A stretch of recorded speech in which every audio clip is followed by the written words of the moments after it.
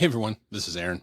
You know, my good friend Rachel Wojo of rachelwojo.com reached out to me recently and said, there is someone you have to interview. I think you guys will hit it off. My guest today is Scott Savage. Scott is a follower of Jesus, and he is a pastor. He's a writer. He's an author. He focuses on forgiveness, the wilderness, and identity in Christ. He is married with 3 children. He lives in Prescott, Arizona. And he loves to laugh loud and does his best to live up to his last name. I know you're going to enjoy today's episode. Grab a notebook because you're going to want to take some notes. But also, Scott was kind enough to actually include a link where you can get resources for all of our discussion today. Here's my guest, Scott Savage. Welcome to the Unscripted podcast. My name's Corby LaCroix, and the song you're hearing right now is called Great and Mighty One, available on Spotify, iTunes, or wherever you get your music. But for now, recording from the Unscripted studio, here's your host and my friend, Aaron Conrad. Great Redeemer, God of grace. All right, everybody, welcome back to Unscripted from my studios in Columbus, Ohio. I like my guy's studio today. If when I put out the video, you're going to have to see his studio. It looks pretty sweet. So, Scott, can you introduce yourself and we'll go from there? Yeah, my name is Scott Savage. I'm a pastor, author, and speaker. I live in Prescott, Arizona, a little bit north of Phoenix. And I am living a life that I never planned to be in the middle of. I know a lot of people wake up where they never planned to be, and that certainly is me. I'm the son of a pastor, but I didn't want to kind of go down this path. When I was 14 years old, my dad had a stalker. It was kind of like a Law and Order episode. She called our house every day. She sat in the parking lot, watched us walk to our car. She created this kind of fantasy idea about her and my dad getting together for liaisons at church and kind of blasted the whole church about it. And so it was just a really difficult time. You know, I was a teenager figuring out myself, but also like, I don't want to put my family through this. I don't want to go through this. And so I told a mentor when I was in high school, it'll be a cold day in hell when I'm a pastor. And as I just mentioned, you know, that day is here. And so I'm just kind of living a life that I didn't expect, but I really feel like part of my purpose on this planet is to use my words to build up other people, especially the places in them that have been torn down and broken and hurt. So I love working with people who are going through a discouraging or difficult season, helping them to find hope, helping them to find healing, and giving them practical resources so they can find a future on the other side of the moment they never planned to be in. Well, now y'all know why this is going to be a good interview today. That was just a preview, and there was a ton in there. We could probably unpack each one of those for this episode. You said it. You're an author, podcaster. You do some podcasting. You preach. You write for Relevant Magazine. What is the Air One connection? I saw that as well.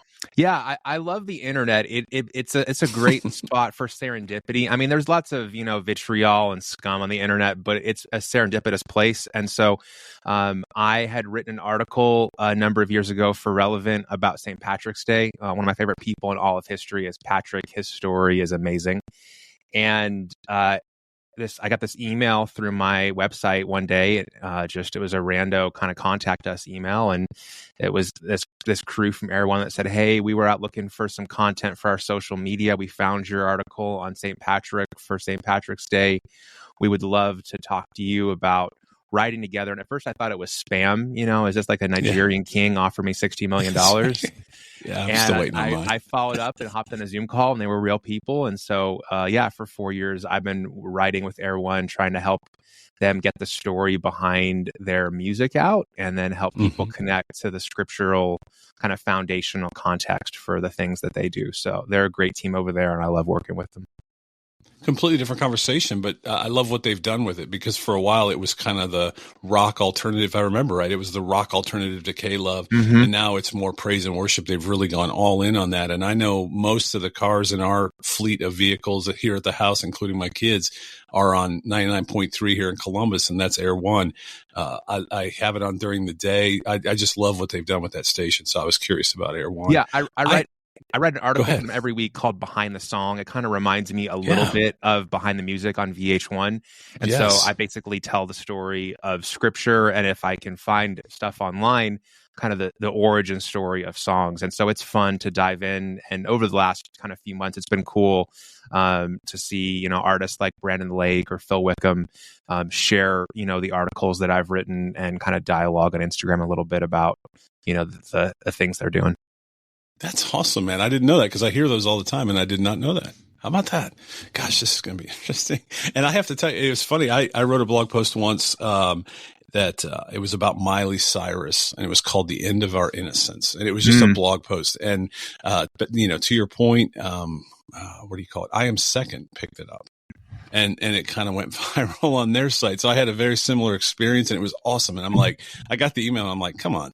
I Am Second. Are you serious? And so it's so cool when that happens. All right. And I want to talk about something that as I looked and researched, this is going to, I think, hit home with a lot of people. And I think it goes back to your words about encouraging other people, because I think a lot of people are in this season. I myself left a season of burnout and have kind of been circling the drain, honestly, for probably 3 to 5 years. And so I really want to talk about that because you've written about that. You've got you version out on that. I'll let you kind of walk through that and talk about what you've done and maybe your experience and just tell your story a little bit, because I think it's going to resonate with a lot of people.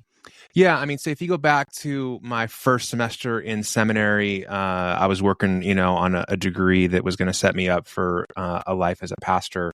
My first semester, I had a professor that taught this class that really was kind of a foundations class to kind of set you up for your seminary career. And as a part of it, he had a one-on-one with every student near the end of the semester. And he would just give us some feedback. I think he was trying to speak life into us. These are some things that I see you're really gifted at. Here's some materials that we did in the class. I think he was trying to coach us a little bit in terms of the next few years of our life. And I remember him just sitting me down and saying, Scott, you have incredible capacity. You've got a lot of passion and giftedness. I just want to warn you that I think your motor runs so high and your passion is so strong that if you don't take care of your soul, and this isn't his language, but this is kind of how I remember it. If you don't care for your soul and watch your pace, I could see you struggling with burnout in the future. And at that point, he was almost 80 years old. It was kind of like a prophetic, looking back, prophetic moment, because 6 years later, I found myself in the throes of burnout. I'd gone through seminary, a 4-year degree plan in 3 years. I'd gotten married. I'd worked a second and third job to help us get out of credit card debt. Our church had gone through a ton around the Great Recession. And so I just found myself running at an unsustainable pace. And I was in a leadership meeting. Our ministry needed to pivot, and I was the leader. Everybody looked at me and said, hey, where should we go? And I was like, I don't know. I don't have any vision anymore. And sermons had become difficult to write. And so I took a day, went away. Luckily, there was a family in the church that had a beautiful home with kind of a guest house pool area. And so I just went and sat out there for a day just to try to be quiet and get a sense of not only where am I at, but what do I sense God saying? And I realized that I had run my life at a pace, and I'd run my leadership at a pace that my soul couldn't keep up with. I'd started doing these really important jobs to try to get a sense of validation and value and approval that was really unhealthy. When you're in a serving profession, your job is to serve people, not fill up some broken place in yourself through your service. And that's where I think all sorts of mixed motives come in. And I was certainly in that place. And I just realized that I had to come back and reestablish a sense of who I was apart from the responses and opinions of people, and even my performance in the work I was doing. And so that began an almost 9-month period where I didn't speak publicly. It's the longest time I've gone without being on a stage. I did a ton of work on my own heart and soul. And that was kind of the beginning of a journey that would happen, I think, in chunks over the next 5 or 6 years to kind of walk me through that process. I think once you've burned out, it becomes a path that you can slip back into very easily, because you have that capacity and that pattern in you. But it takes a level of vigilance and awareness to walk a different path. And I think if you don't do the work to understand what are the things that facilitate me going down that path, you can end up there easily. And so that's been my challenge in the, decade or so since, has been going, okay, how do I live my life in such a way that I have the capacity and foundation to do this really important public work that I do? No one's going to tell me, hey, Scott, you need to take half a day and go work on yourself. Nobody's going to say, Scott, hey, how are you sleeping? How are you exercising? How are you taking care of your soul? How are you doing in your emotional health? No one's going to ask me those questions. I have to do that for myself if I want to continue to serve other people. And so I've written a lot over the last few years, kind of unpacking my experience and trying to get the nuggets of wisdom out to be able to help other people, because I think the last 3 or 4 years have just been violent on the hearts and souls of people. And so many people are in the situation you're describing where they just feel like they're barely hanging on. Yeah. Did you find that you gave everything to everyone else and not yourself in that season of? Yeah. I mean, I definitely think that I found the needs of other people to be both more urgent and more important than my own needs. And I think there are times where the needs of others seem more urgent than yours. But, to go back to that Eisenhower matrix that the president, came out with in the 50s, Dwight D. Eisenhower, what is important, what is urgent, what is one but not the other, and then what is neither. I just found that the care for my own soul as a leader was never going to be the most urgent until it was too late, but it would always be important. And so I had to constantly be asking myself, yes, I feel these pressing needs coming in that seem so urgent. And maybe for them, things have gotten so bad that, hey, this is so, so important. But if I don't care for myself, I can't care for them. And if I'm not caring for myself, I'm hypocritically caring for them because I'm trying to teach them to practice something that I know intellectually, but I'm not living practically. Yeah, that's what I found for myself, what you just said. And I think, especially in the role that you're in, maybe in a very small way, as an encourager, for me, writing blog posts or doing podcasts or putting content on the internet, making shorts and reels and all those things, right? They're supposed to be positive and everybody, oh, you're such an encourager. In the meantime, I'm dying. Literally, and maybe even physically. I'm going through, and to your point, I'm looking at myself in the mirror and saying, man, I'm glad they see that because I could sure use that myself. I mean, it's such a weird situation to be in. Did you find that in your season of burnout, when you look back now, is there gaps of time that you don't even remember because you were basically just existing? Yeah, I mean, I was going from, in that season, I was preaching at a pace that if I heard somebody else was doing that many Sundays a year, I would literally call an intervention and go, dude, we've got to get you help. No one should be doing that many. And I just was living from, meeting to meeting, deadline to deadline, sermon to sermon, just really in survival mode. As I look back, it was also the season that I became a dad for the first time. So I had my first child in the spring of 2012. And I would say burnout really arrived in an intense way late in the summer of 2012. So I think it was a variety of factors for me. But as I look back, there's a big period there where it's like, I can look back and go, oh, I remember preaching on that. I remember doing that, but I don't remember, really highs in that period, which to me is always an indication that if you have a blurry season, it's not a whole lot of highs and lows. It's just kind of existing. Right. And the thing about burnout now is it's a buzzword. So you said 2012. In 2012, it wasn't a buzzword. It wasn't something everybody was talking about. A lot like mental health is now. Mental health has always been around. We've always had it. We just didn't identify it and then accept it and talk about it.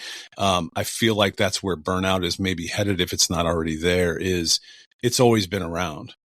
You just had to get through it. And now we're talking about it, which I appreciate. Not just today, but also openly and publicly, people are talking about burnout. So I really appreciate all your insight and honestly, how much you've shared already. when you started to go out of the burnout, when did you went on a sabbatical? When did you go on sabbatical? No, I wasn't it was one of those things where it ended up kind of being like an unintentional sabbatical. I was in a church environment that didn't value mental health, that didn't value emotional health, that didn't have a pattern of sabbaticals. It was kind of like, you can have a sabbatical, you quit and you leave. Like that was what sabbatical was. That's your sabbatical. Once we suck the life out of you. And so as I look back at that season, what happened was we ended up closing down this ministry that I was leading, which was intensely painful. We lost relationships, we lost friends because people didn't agree with the decision. We literally had to change our will at one point because relationships had changed so much. But what happened was it forced me to rest and it forced me to step back when we made that decision to let go of that. And so what happened was it kind of created an unintentional period that then I think God used to help me slow my pace down and begin to do some of the things again that led me, by the time it was, late spring of 2013, where I was at a place that I had something to give again because I was in a healthier place. Looking back, if I was coaching like myself, or I had a friend who was in my shoes in that season, I would be giving some very specific direction. And, in our campus where we, our church where we do have, resources to send staff to go see therapists, and we have a regular sabbatical policy, we would be kind of rolling some things into place around somebody's in that position. But it was more the grace of God, I think, that kind of gave me some opportunities there to step back, to slow the pace down, and to begin to refuel and heal so that I could, give again from a place that was healthy. So the burnout and then the experience you just had, I have said it before. You don't win or lose a game on the last shot. That's the one everybody remembers, but you win or lose a game throughout the game and decisions that you make. Correct. And as you were talking, I was thinking about, as I've reflected on where I've been the last 5 years, and particularly the last 40 days, honestly. I think what I found is that I went through a season similar to what you just said in ministry. I think, you caught some L's. For me, I'm saying this. I caught some L's and you just take it in stride, but you really didn't take it in stride. And eventually all those losses add up. And then when it all really crumbles and you're sitting in burnout, and I want to get your feedback on that. When you're sitting in that burnout, or you're sitting in this season of, okay, how did I get here and how am I going to make it out? You look back and realize, gosh, it goes way back to this that I never acknowledged, I never dealt with. I just kept moving forward. And especially someone like yourself that works hard, right? I'm just going to keep working. I'm going to work my way out of this. I'll take the next job. I'll do the next thing. Did you find that? Yeah, I mean, I think that it's really easy in the moment to tell a story to other people and yourself that doesn't require as much honesty, that doesn't require as much ownership, and that doesn't force you to do, I think, the most important work. I think we like to scapegoat, we like to blame, and we like really simple black and white answers. And most of the time when you're in a situation that is as complex and nuanced as burnout, the story to get you there is equally complex and nuanced. So you were talking about, taking those L's. I'm reminded of a quote from a guy named Terry Wardle, and his quote is, "Ministry is a series of ungrieved losses." But I believe life is a series of ungrieved losses. We live in a culture that does not do grief well.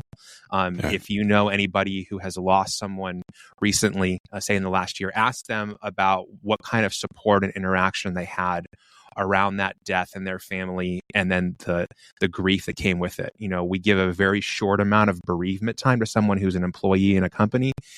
People don't really know how to support them. And then within about 3 months, if they're still grieving, which they should be if they're really grieving well, the statement is, aren't you over that by now? And right. So we aren't taught and kind of encouraged to grieve. And so as a result, we just kind of push those things down and move on.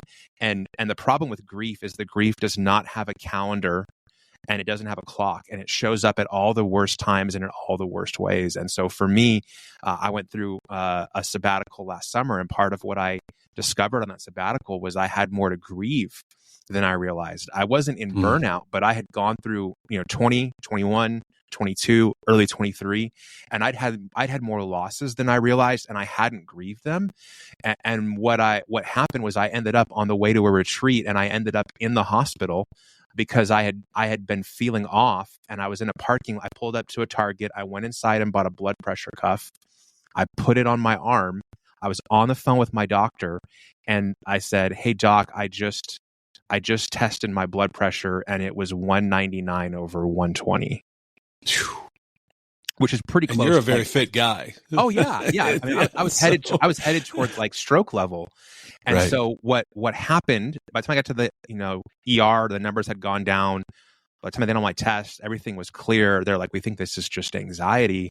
I think my body was carrying so much unresolved grief, low level anxiety that kind of was coming up that I think my body sensed, hey, we're going to go on this retreat and we're going to begin to deal with all this stuff, that I was feeling the physical manifestations of that.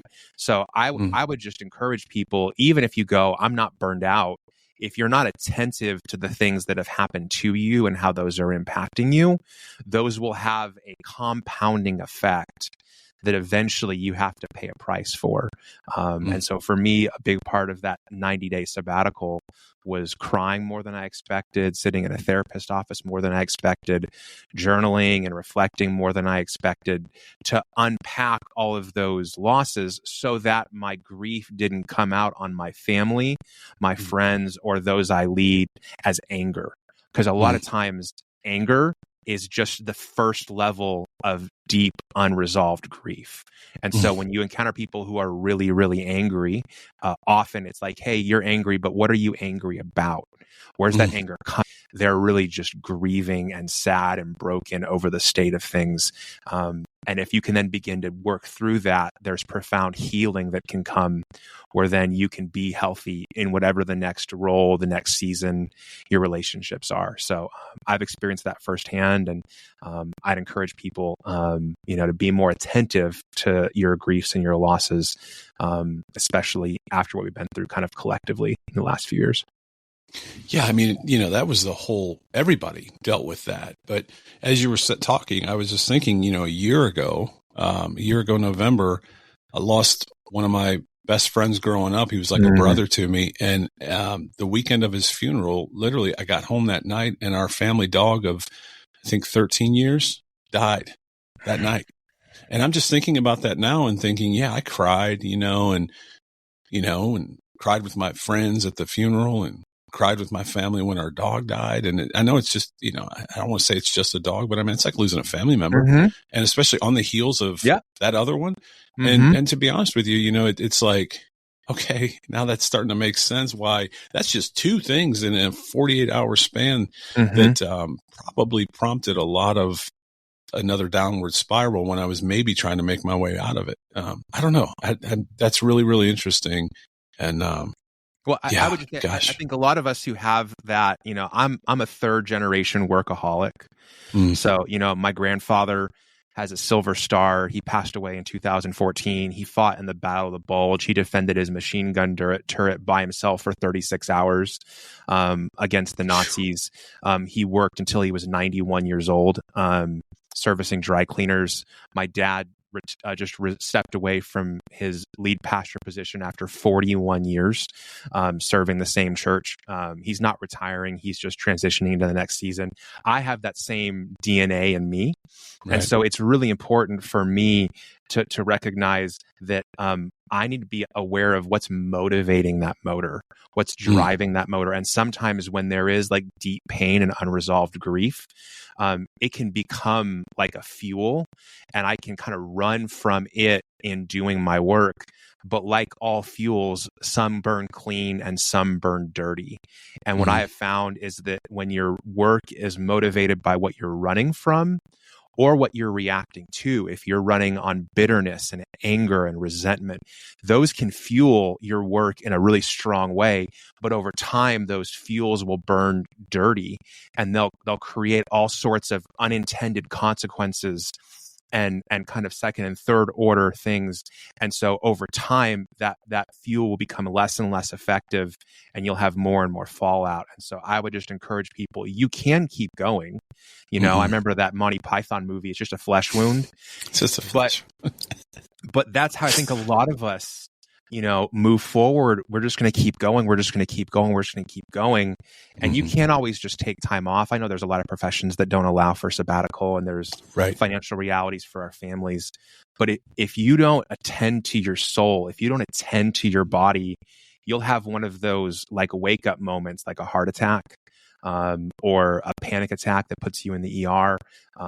You'll wake up and not be able to get out of bed. And so if you don't attend to those things, eventually they will make you attend to them. And I just would encourage people, it's hard to face this stuff, but it's much better to face it in the moment than it is to go 6 months, a year, 2 years down the road, and then have more to unpack and often less resources to unpack it with. Right. Man, this has been so good. And I promise everyone it's on Unscripted. I did not know all the we were going to talk about today. I would also speak to my fellow empaths, because I have a tendency to work my way out of things anyway, just get busy, right? And idle time is not my friend. My daughter was actually telling me something that she goes to Liberty, and she said somebody was speaking at Liberty University and said that the devil is in the hallway. And I'm like, man, that is brilliant. It is absolutely brilliant. And I haven't forgotten her saying that. It is in the hallway. It's in those waiting times in between things. And so I'm going to unpack that in another episode someday. But for my empaths out there, I would say a lot of what you said in terms of workaholic. We feel everything. And so we wear everything, sometimes even physically. We take it on, and where you were saying work and things like that, I think empaths feel it 10 times more and harder and deeper. And if you're not dealing with that, which I'm speaking to myself, I'm preaching to my own choir. If you're not going to deal with that, then that's going to really creep up on you in other ways, potentially habits, bad habits that become a real problem. And that's where it became for me. I found that, as you said, some people can't take time off of work. So sabbatical may be hard for them.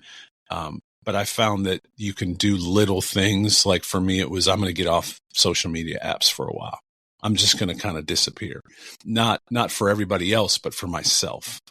Because I'm already dealing with enough. I don't need to deal with what I see in my timeline that everybody else is dealing with.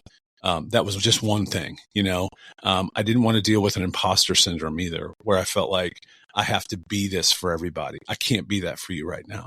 And Absolutely. For me, I just felt like I am one of the last people in the world to ask for help. And I went to a meeting one night 41 days today. And I sat there thinking, Aaron, this is one of the first times in your life you're asking for help, but it's maybe the most important time you've ever asked for help. Anyway, just sharing that too, because I don't know where this is going to land today and who's going to hear it, but I have a feeling, and I'm hoping, and that God will have it land right where it's supposed to with whoever it needs to hear it. One of the things that I wanted to ask you about too, because you've spoken on this, is forgiveness, because it's a big, big part of, I think, coming out of that season. We've been hurt at some point, and I don't want to speak for everybody or you. I just know that hurt can be a really difficult thing. And if you don't deal with that and deal with forgiveness, that's just another brick in the wall, to quote. Yeah, these are often kind of mingled together. Yeah. So can you talk about forgiveness for a little bit? Yeah. I mean, most of the time when I am in a social environment and forgiveness comes up, people have very intense reactions. Because as soon as you said the word forgiveness, my guess is the listeners had someone come to mind who hurt them. And so as a result, forgiveness is rarely a theoretical conversation. It is almost always a personal conversation. In my work with forgiveness, I have found a really intense reaction to it, because most people that I've encountered have a misunderstanding around forgiveness, that they have brought together a number of different topics and merged them into one that we refer to as forgiveness. And so when you bring up the topic of forgiveness, often people are like, well, if I forgive them, it means I have to forget that it ever happened. If I forgive them, it means that there's going to be no consequence for what they did. If I forgive them, it means I have to trust them again, let them back into my life. If I forgive them, it means we have to reconcile with one another and go back to the way things were. If I forgive them, it means I just have to pretend that I don't hurt and that there's not a deep wound from this. And so as a result, a lot of times people, because of those beliefs, go, there's no way I could ever forgive. But what I've found is that forgiveness doesn't require those things.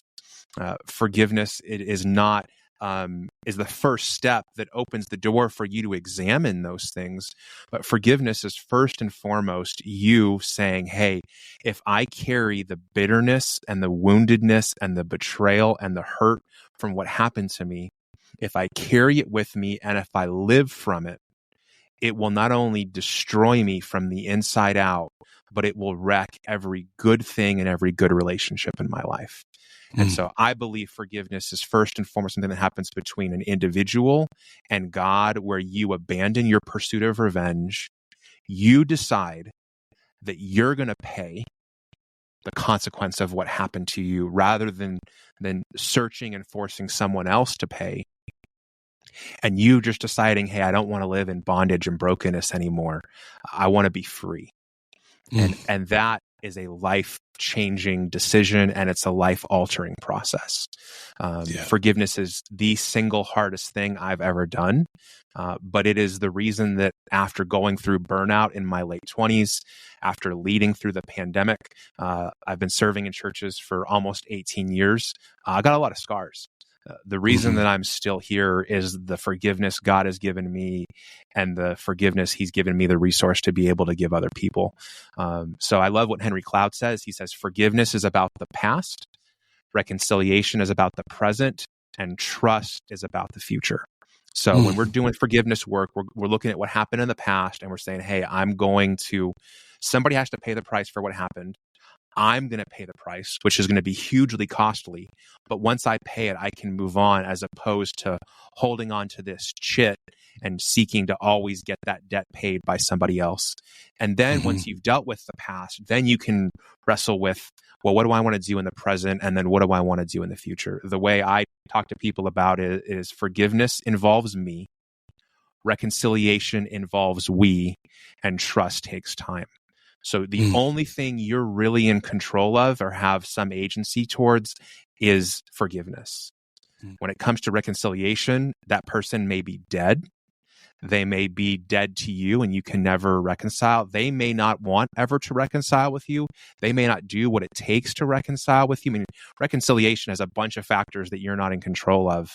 And trust is something that's built over years and it's lost in moments. And so the rebuilding of it takes a tremendous amount of time and patience. And so I encourage people when forgiveness comes up to say, hey, let's set aside reconciliation. Let's set aside trust for another day. And let's begin to work on the healing that has to happen in your own heart through forgiveness. And then as that process gets going and we start making some progress, then we can revisit that person and go, can reconciliation happen and should trust be rebuilt? So that's a long answer, but that's kind of how I approach and teach forgiveness. It's a big topic, so it requires a long answer. And I think grace is a wonderful thing. It's easier to say than do. 100%. But, I found for me in this last season here of just evaluating some things, there was a phrase that came to mind and it just said, I'm still waiting for an apology that's never going to come. And I just had to come to grips with that. Like, that email, that text, that phone call is never going to happen. And to your point, I've paid, literally paid the cost of that. And it's time for me to move on because the apology is never going to come. It's not. And that's very true. It's so funny. Right before we got on, I saw a quote, and I'll destroy the quote because I don't remember it word for word, but it was from Nelson Mandela. And he basically said, when I walked out of the doors of that prison, I had to tell myself, if I'm not going to forgive and if I'm going to hold on to bitterness, then I might as well just lock myself back in it, because I'm Correct. not leaving the prison. Mm-hmm. And I just ruined the quote, but that was the gist of it. And I just read that right before we got on here, and I'm like, man, that's really powerful. It's a really, really difficult thing for a lot of people to do. But again, I think these are all building blocks in that rebuilding process that you talked about. What are the best ways for people to follow you, find your, I jumped on the YouTube or the YouVersion this morning. I signed up. I'm going to go through that. So can you just walk through all the links for people where they can find podcasts you've done, things like that? The best place for people who've listened to this episode to find me is if you head to scottsavagelive.com/unscripted. I've got a list of links there that highlight some things that we talk about, along with some free resources that I think will equip you for the areas that Aaron and I have explored. I'm also a content partner for the YouVersion Bible app, so you can just hop on YouVersion and in search, where you typically search for Bible verses, just search for my name, Scott Savage, and you'll find the content that I'm adding there. I'm really active on social media, Scott Savage Live, and my website is scottsavagelive.com. So if I can serve you in any way through writing or speaking, would love to. And Aaron, I just appreciate, your transparency and your willingness to go there. I think every time I've spoken about this topic, I ask people to raise their hand and I say, hey, how many of you are where you thought you would be? And very few hands go up. Right. And yet what we see, I think most powerfully in the story of Elijah in the Bible, is when we find ourselves beaten up, burned out, ready to throw in the towel, and we're like, I never thought I would be here. We often are right on the verge of an encounter with God and a life-changing kind of pivot in our journey. And so I would just encourage people, don't give up. Step back and start taking care of your soul. And on the other side of this, you're going to have a tremendous story and resource to offer and help people. But you can only do that if you stop right now and put the oxygen mask on and begin to care for yourself. So take some time to do that, and trust that there'll be an opportunity on the other side of this to be able to serve and be a resource to others. So I'd love to be able to be that for you. And so again, scottsavagelive.com/unscripted is where you can find a bunch of stuff we talked about today. Man, I'm blown away. That's never happened to me before. I've done your 200 and my 271st episode. And I've never had anybody set up a web page for me before. That's pretty cool, man. That's pretty cool. I figured since we went there, and we're talking about this kind of heavy stuff. I mean, it's been a great conversation, but if you're really going to start doing the work, you're going to need some tools. So I'd love to be able to resource listeners. And what you're doing, Aaron, here is really important. We live in a culture of sound bites. And Instagram Reels and TikToks and YouTube Shorts, and those are fantastic. But really, to dive into our stories and really start pursuing healing, you need more than 90 seconds. And so I just appreciate that you've gone first. There was a lady that I used to know, her name was Anne, and she called it the gift of going second. So you've given people the gift of going second by going first and sharing your story. And I think the place you've created here is just going to be a great resource for people as they kind of navigate where they never planned to be and end up somewhere new and breathtaking. Well, man, I can't thank you enough, because, I can sit here and go first, but somebody has to fill in the blanks a little bit. And you've done that as well. I would say you went first and I got to go second, because you shared your story with me and you came on, and I'm very thankful that you came on and we're so transparent as well, because that's, I guess I've always believed, even in my darkest days, our best days are still ahead. Mm-hmm. We have to believe that, especially now where we are in the world.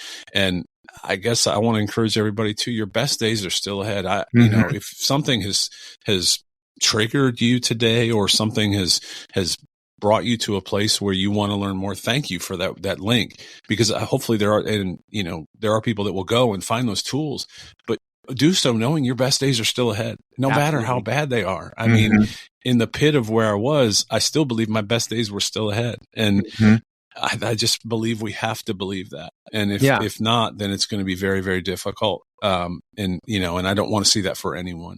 Having experienced a lot of freedom myself here recently. I mean, even just if you look at Mandela's story, you shared that quote. I mean, he was not a young man when he left that prison. No. He was an older man, but what he'd experienced and the profound transformation that he'd gone through became a gift to the world that still lives on today. And so I would just encourage you that your own transforming self, the work that you're doing in your own soul, the work he did in that prison cell all those years was what gave him the platform and the foundation to do that work, to heal a nation and have an impact on the whole world. And so it may be hard to see that your best days are ahead. And in terms of lifespan, you may have more years behind you than you have in front of you. But the work you're doing right now determines the quality of those years and the quality of the impact, and the gift you can give other people is the work you've done on yourself. So there's this deep well to draw from that you then can offer your friends, your family, and the people that you have the gift to encounter. So I'm tremendously hopeful that even through what we talked about, grief, burnout, betrayal, forgiveness, all those things, on the other side of that, you are a powerful force for good in this world, based upon what happens in this season of your life. And I'll just put one last bow on that, in that I think, as I've talked about, I think in our work to help others, in our mind that we're helping others, in our workaholic ways, or doing everything for everyone ways, we think we're helping. And the reality is we're empty, to your point. So, you're actually way more powerful and helpful when you're as whole as you can be. You know what I mean? I'm learning that as well. I thought I was being helpful, but I was actually probably doing more damage, because I wasn't my best self, and I wasn't, I just wasn't myself. And my wife recently said that it's good to have you back, what a gift. And gosh, yeah. Cause and then it makes you think, gosh, I was really, I didn't even know who I was. So, man, this has been awesome. We have to do this again. Absolutely. Anytime. Because there's a lot more to talk about. There's a lot more to talk about, but you have been wonderful. Thank you again for the resource page. Can you give that out one more time? Yeah. ScottSavageLive.com/unscripted. If you will enter your email there, I'll send you a link and a number of resources to be able to help you and equip you take your next step in the areas that we've just scratched the surface with. And you have a mailing list as well on your website, I do. And then you're on socials. So give my guy Scott everywhere. Some support. Yeah, get behind it. Get a regular rhythm with him and everything that he's doing, because he's doing a lot, but he's doing it well. And man, I just appreciate your time today. Thanks, Aaron. You're very kind. Thanks for joining us for another episode of the Unscripted podcast with your host, Aaron Conrad, from his studio in Old Hilliard. Make sure to like, share, follow, and review on your favorite podcast platforms. Also, make sure to check out my song Great and Mighty One on Spotify, iTunes, or wherever you find your music. We'll see you next time on Unscripted with Aaron Conrad.